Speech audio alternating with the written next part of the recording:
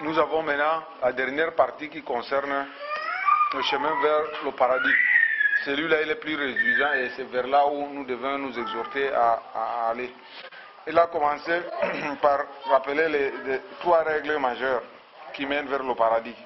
C'est-à-dire l'iman, avoir iman, c'est-à-dire dans son cœur, la crainte d'Allah et les actes posés pour Allah et posés selon la sunna du prophète sallallahu alayhi wa sallam. Et cela, c'est toujours avec une intention bien claire parce que l'acte n'évoque pas son intention, donc il faut que l'intention soit toujours claire et orientée vraiment pour Allah et poser l'acte avec bonté. Maintenant, les œuvres qui conduisent au paradis sont listées là en vrac, ils sont nombreux. Nous avons d'abord premièrement en tête le tawhid. Il faut connaître le tawhid, c'est-à-dire connaître qui est Allah et reconnaître que Allah est le seul qui mérite d'être adoré. Ça c'est tawhid, avoir ça déjà dans son esprit clairement, sans ambiguïté, sans doute. Maintenant, craindre Allah, c'est-à-dire avoir peur, savoir que Allah doit être craint, c'est Allah qui doit être craint et craindre Allah. Maintenant, suivre ce que Allah a instruit, s'abstenir de ce que Allah a interdit et notamment suivre cela quand il faut appliquer ce que Allah a instruit, c'est selon les enseignements de notre prophète sallallahu alayhi wa sallam. Chercher la connaissance est un acte noble, est un acte pieux.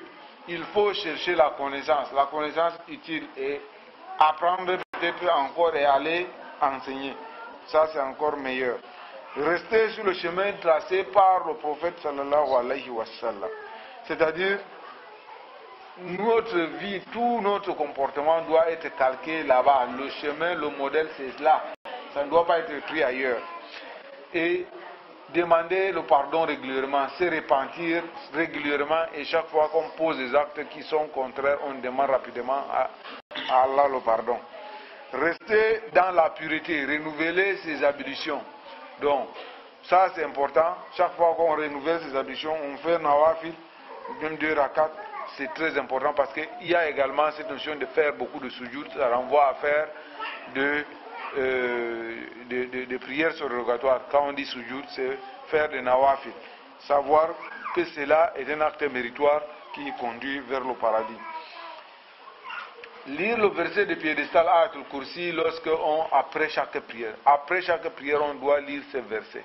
Et il faut savoir à quel moment, est-ce que c'est juste après on a dit assalamu alaikum ou bien on lit d'abord, on fait d'abord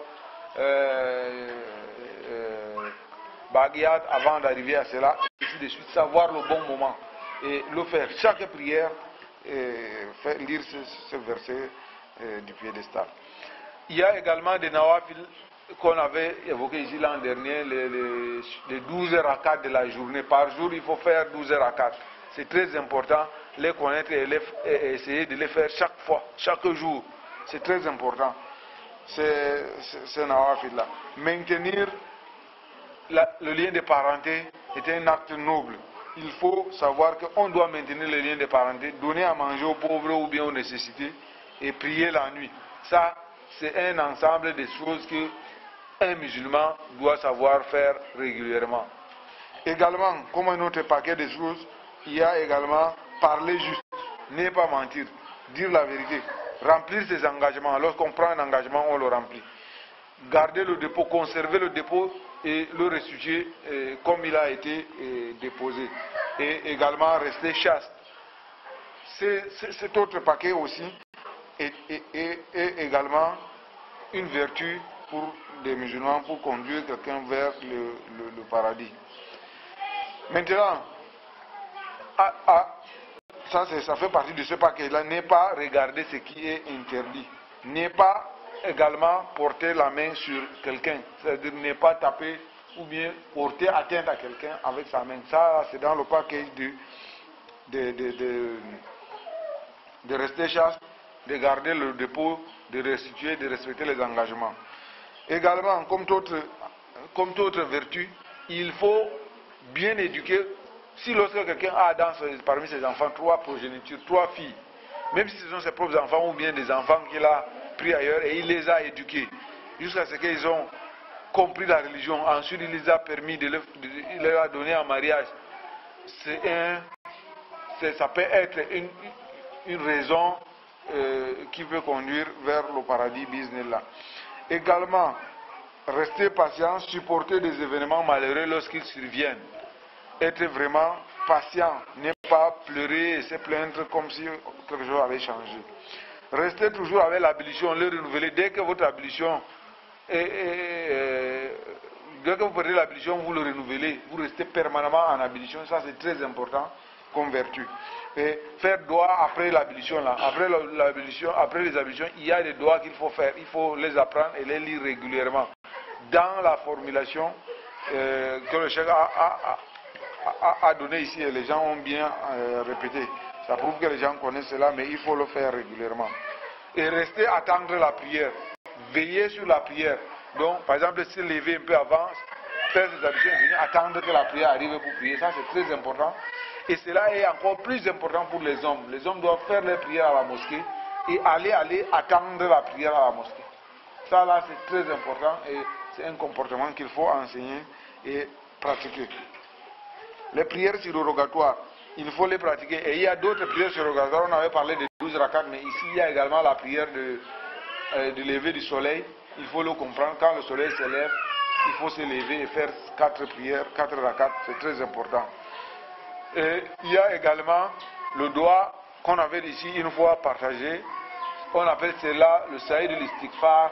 Il faut le lire régulièrement.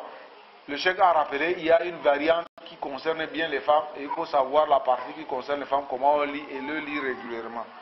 Il faut aussi éviter 4 choses. On avait parlé tantôt de l'arrogance. Se montrer supérieur aux autres, ça n'apporte rien. Il faut éviter l'arrogance. Il ne faut pas avoir de dettes. Il ne faut pas être voleur. Ce genre d'attitude, lorsque quelqu'un meurt et qu'il n'a pas ce genre d'attitude, il peut espérer l'agrément d'Allah et obtenir la faveur pour aller vers le paradis d'Allah subhanahu wa ta'ala. Avoir le bon comportement dans tous ces actes, dans tous ces agissements, il faut avoir le bon comportement. Nous connaissons le bon comportement. Le bon voisinage. Respecter les droits du voisin, ne pas nuire au voisin. Je crois que la notion de voisin en islam, ce n'est pas quelque chose à s'amuser avec. Parce que vous ne devez pas nuire à votre voisin de quelque manière que ce soit. Et ça, nous devons veiller cela.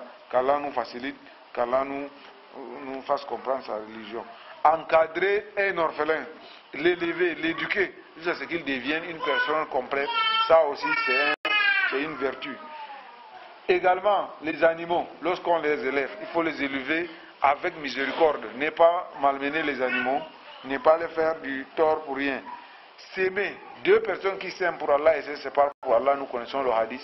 Il faut que les gens s'aiment entre eux pour la cause d'Allah et pas pour autre chose. Également, avoir un cœur pieux. Le cœur doit être sans jalousie, sans méchanceté, sans mauvaise foi. Il faut que nous essayions de travailler notre cœur pour que le cœur reste bon, un bon cœur. Ne pas chaque fois regarder que j'avais un mauvais cœur, parce qu'on ne peut rien changer sur le destin qu'Allah a déjà établi. Une femme qui prie, qui jeûne, qui s'abstient de l'adultère et qui obéit à son mari est sur le chemin qui conduit vers le paradis. Également, une femme qui obéit à son mari sur tout ce qu'il autorise dans la limite de ce que l'islam autorise et aussi sur le chemin du paradis. Une femme également qui cherche la satisfaction de son mari, même lorsqu'elle sait qu'elle a raison, c'est-à-dire sur des questions, la question qui le divise avec son mari, elle s'abstient, elle patiente, elle recherche la satisfaction de son mari. Ça également c'est une attitude qui peut conduire vers le paradis. Qu'Allah nous fasse comprendre sa religion et nous permettre d'appliquer ce qu'on a compris. Nous allons donc maintenant terminer en présentant les conseils pour que une femme atteigne le chemin de la félicité.